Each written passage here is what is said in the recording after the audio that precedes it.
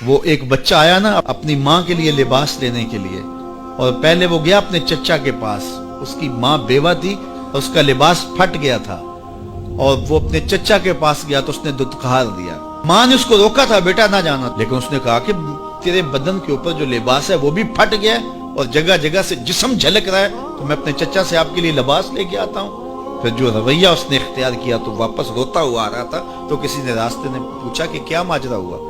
اس نے کہا چچا کے پاس گیا تھا ماں کے لیے لباس لینے، اس نے تو لا کے بھیج دیا۔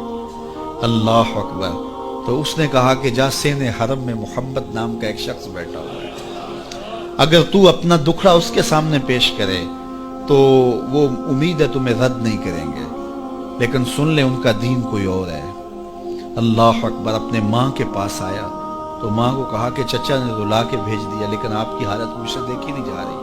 بچہ ابھی شعور کی منزلوں میں قدم رکھ رہا تھا، پہلے بہت چھوٹا تھا، اب اس کے اندر ایک جذبات تھے بچے کے اندر۔ تو ماں نے کہا کہ بیٹا نہیں، ان کے پاس نہیں جانا، سنا ہے کہ جو ان سے ملے دین دھرم چھین لیتے ہیں اس کا۔ اللہ اکبر۔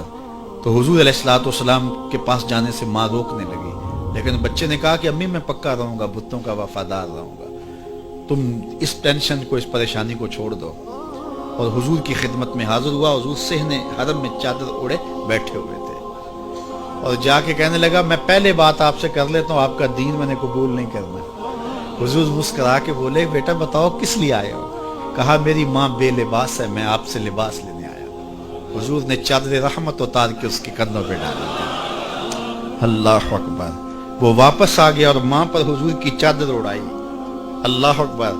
اور ماں نے کہا کہ بیٹے اس نے اپنا دین تو نہیں تجھے دیا؟ کہا نہ، میں نے پہلے کہہ دیا تھا تیرے دین نہیں مانوں گا۔ ماں کہنے لگی پتر اس کا دین ماننا چاہیے، یہ جس نے رحمت کی چادر ہمارے سر پہ تار دی۔ اللہ اکبر۔ تیری تک کے ادامہ میں مرید ہو گئے۔ اس بوڑھی عورت کا قصہ بھی آپ نہیں بھول سکتے، جو گھر کا سامان باندھ کے اپنے دروازے پہ بیٹھی ہوئی تھی، اور اس نے سنا تھا مکے میں ایک جادوگر آیا ہے جسے ملتا ہے اس کا دین چھین لیتا ہے، کہیں ایسا نہ ہو کہ کہیں اس سے ملاقات ہو جائے اور وہ دین ہی میرا چھین لے، مجھے شہر چھوڑ دینا چاہیے۔ گھر کے تھڑے کے اوپر سامان باندھ کے بیٹھی ہے۔ حضور بھی گزرے، اس نے دیکھا تو کہا بھتیجے یہ سامان میرے سر پہ رکھ دے۔ حضور نے سامان اٹھایا، دیکھا تو بوجھل تھا، وزنی تھا، اور بڑھیا کو دیکھا تو کمزور تھی، تو کہا کہ بڑھیا اگر چاہو تو جہاں چاہتی ہو میں خود نہ چھوڑا۔ اس نے کہا اس سے بڑی مہربانی کیا ہوگی؟ حضور نے سامان اٹھایا ہوا ہے اور بڑھیا سے باتیں بھی کرتے جا رہے ہیں۔ تو بڑھیا کو کہا کیوں جا رہی ہے؟ اس نے کہا کہ سنا ہے یہاں ایک جادوگر ہے جو لوگوں کا دھرم لوٹ لیتا ہے، لوگوں کا دین لوٹ لیتا ہے۔ میں نے ساری زندگی بتوں سے وفا کی، میرے آباء و اجداد نے بتوں سے وفا کی ہے، میں چاہتی ہوں دین اجداد ہاتھ سے چھوٹ نہ جائے، آخر اس شہر میں رہتی ہوں کہیں مل نہ جائے۔ خیر حضور نے کچھ نہیں کہا، اس کا سامان نہیں پھینک دیا کہ ٹھیک ہے تم پھر جاؤ۔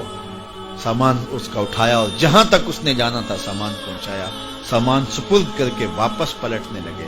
تو اس نے کہا بچے اپنا نام تو بتا دے، لوگ کہیں گے کہ مکہ چھوڑ آئی ہو تو بتاؤں گی ایک جادوگر کے دکھ سے چھوڑ آئی ہوں، تو وہ کتنا برا بھلا کہیں گے شہر مکہ کو کہ جس مکہ سے لوگ نقل مکانی کرنے پہ مجبور ہو گئے۔ تو میں انہیں یہ بھی بتاؤں گی کہ جس مکے میں جادوگر رہتا ہے اتنا اچھا نوجوان بھی رہتا ہے، تو تیرا نام لیا کروں گی، تیرے قصیدے پڑھا کروں گی۔ تو حضور علیہ السلام مسکرا پڑے، کہا بڑھیا جس جادوگر سے بھاگ کے آئی ہے وہ تیرے سامنے کھڑا ہے۔ اس نے کہا سچ سے آپ ہی محمد ہیں؟ حضور نے فرمایا نام میرا یہی ہے۔ تو اس نے کہا پھر آپ کا جادو میرے پہ چل گیا ہے۔ اللہ اکبر۔ تیری تک کے ادامہ میں مرید ہو گئے، لوگوں کی خدمت کریں، بوڑھوں کے کام آئیں، دکھیوں کے کام آئیں، مصیبت زدہ کے کام آئیں۔ حضور یتیم ہو کے یتیم پرور تھے، لاچاروں کی مدد کرتے، لوگوں کے گھروں میں پانی بھر کے دے دیتے، اور دکھیوں کے کام آ جاتے اور مصیبت زدوں کے کام آ جاتے۔ تو حضور سے پیار کرنے والوں، امت میں آپس میں حسد نہ پھیلاؤ، بغض نہ کرو، نفرتوں کے پہاڑ کھڑے نہ کرو، ایک دوسرے سے پیار کرو، جڑو، امت وحدہ بنے، اور اپنے ماحول کو، اپنی معاشرت کو ایک خوبصورت معاشرت کا رنگ دو، اور اپنی زندگی کو حضور کے نام کر دو۔